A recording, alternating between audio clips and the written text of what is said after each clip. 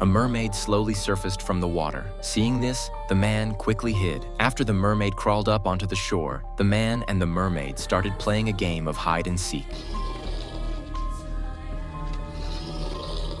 At that moment, another mermaid also appeared from the water. The two mermaids quickly swam back into the sea. As Tyler anxiously stared at the surface of the water from the shore, Jason quietly approached from behind him.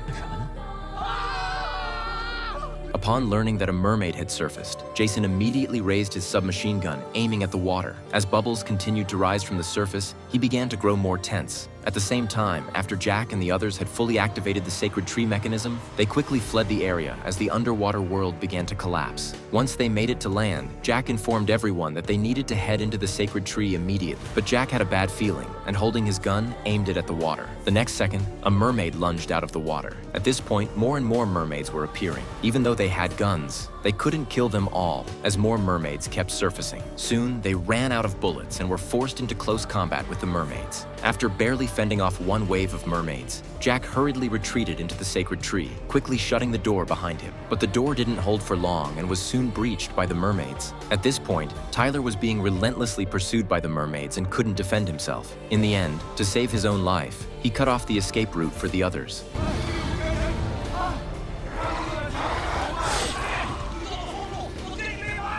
Luckily, Uncle Ming discovered an alternate path, and they quickly ran into a crack in the rocks, temporarily shaking off the mermaids. Tyler, thinking he was safe, had no idea that a mermaid had appeared right behind him.